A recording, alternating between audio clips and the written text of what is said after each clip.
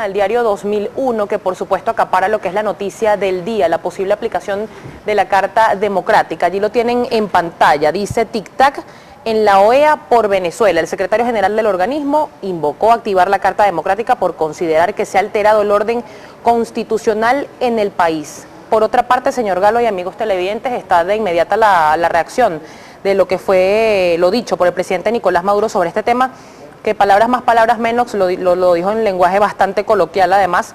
Métanse esa carta por donde les quepa.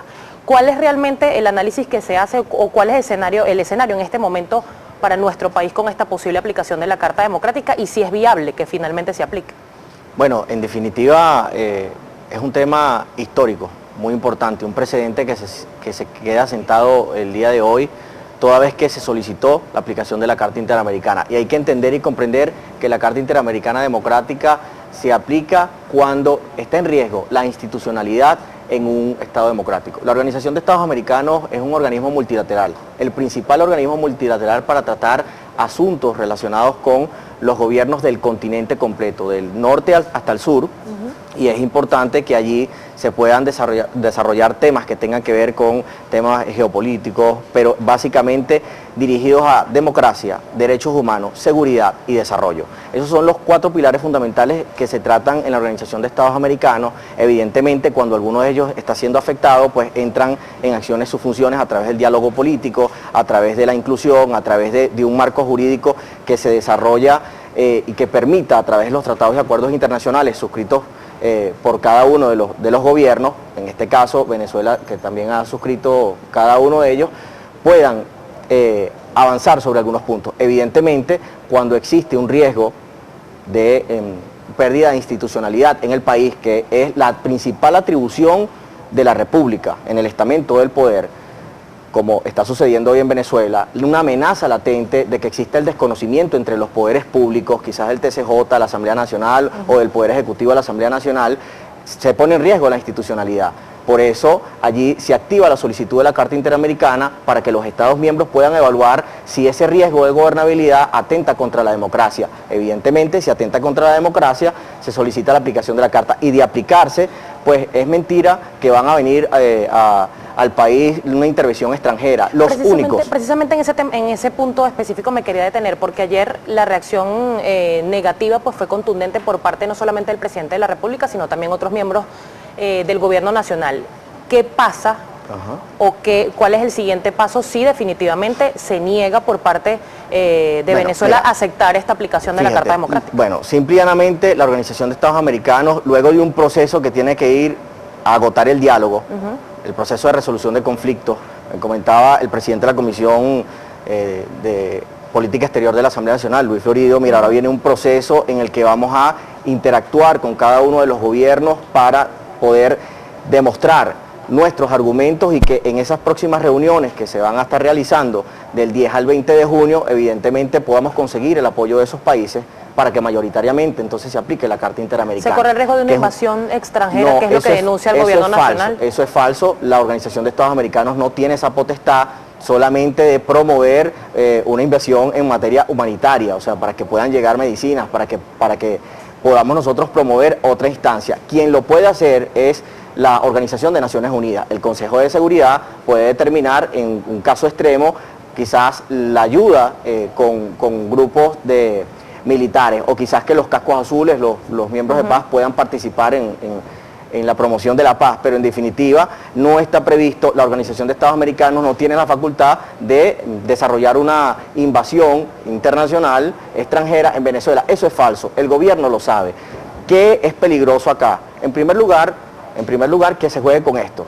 O sea, que se niegue la realidad de la crisis que hoy está padeciendo el país, la crisis institucional, la crisis humanitaria que hoy tiene Venezuela. En segundo lugar, que el gobierno pretenda decir que va a venir una invasión extranjera y que aquí va a venir mayor escasez por una guerra económica internacional. Mire, hoy tenemos escasez, hoy la gente no sabe qué va a cocinar en sus casas, no hay alimentos, no hay medicinas, y evidentemente en el medio de esa crisis humanitaria, el gobierno busca como excusa decir que viene una intervención extranjera. Eso es falso, falso de toda falsedad. ¿Qué tiene que suceder? ¿Qué es peligroso?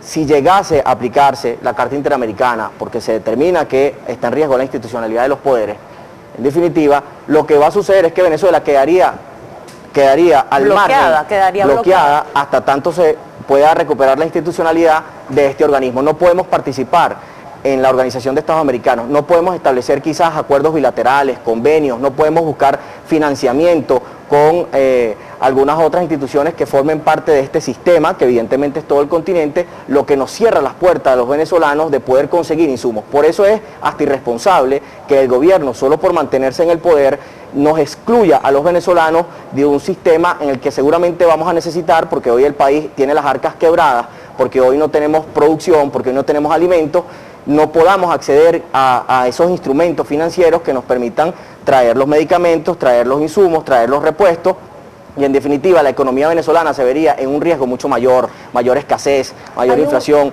y una especie de bloqueo económico al que nos sometería el gobierno solamente porque no quieren respetar la Constitución y las leyes. Entonces esto tiene que ir acompañado de mucha conciencia nacional, de lo que significa afrontar esta realidad como pueblos unidos para que entre todos podamos aplicar la verdadera soberanía que reside intransferiblemente en el pueblo. La soberanía no es una chaqueta de corzo que se pone un gobierno para esconder sus faltas.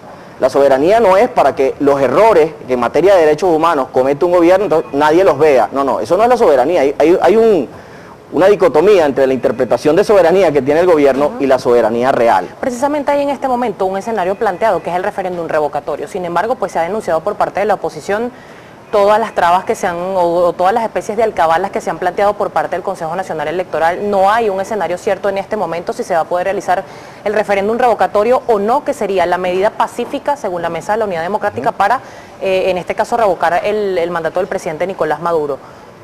¿Cómo hacer entonces o qué camino tomar? Existen varias. Porque se denuncia por parte del gobierno nacional que se está financiando paramilitares para generar violencia y que se busca una salida violenta del gobierno. Vuelvo y repito que hay una política, primero para la negación de la realidad, de lo que está pasando. Aquí no pasa nada, aquí no hay colas, aquí no hay escasez, aquí lo que hay es una guerra económica. Y en segundo lugar, hay una negación de querer adecuarse a los instrumentos democráticos para buscar una salida a la crisis. La salida puede ser cualquiera, dijimos que puede ser el revocatorio, puede ser cualquier tipo de elección, o sea, el gobierno tiene la carga de la prueba, tiene que decir cuál de ellas. Lo que no puede suceder es que simplemente se niegue a todo. El artículo 136 de la Constitución establece allí que sí es cierto que los poderes públicos son autónomos y que cada uno de ellos en el marco de sus competencias tienen que ayudar en el desarrollo de los fines del Estado. Eso es una cosa. Pero una cosa contraria es que cada uno de los poderes públicos se dediquen a obstruir el trabajo de otros, como están haciendo con la Asamblea Nacional. ¿Se está dando un golpe parlamentario? Bueno, pero es que no se está cumpliendo con lo que establece ese artículo. Entonces hay una obstrucción por parte de los poderes hacia otro de los poderes. Ahí se quiebra la institucionalidad simplemente por mantener el poder. Entonces el referéndum revocatorio es un mecanismo establecido allí. ¿Por qué lo vas a negar? ¿Por qué lo vas a trancar? ¿Qué le toca al Estado?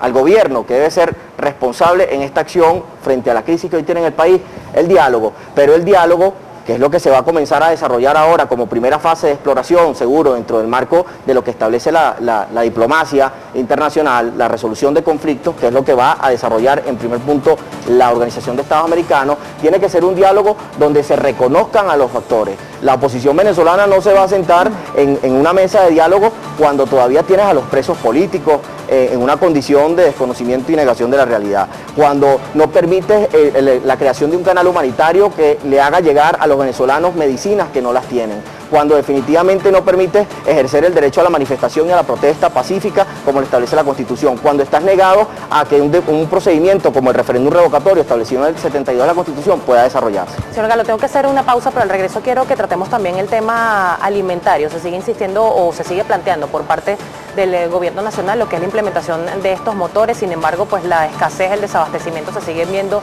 en nuestro país y las colas pareciera un escenario común de los venezolanos en este momento. Son las 7:45 de la mañana. Vamos a la pausa. ¿Tiene cuenta en Twitter? Claro. ¿Cuál es?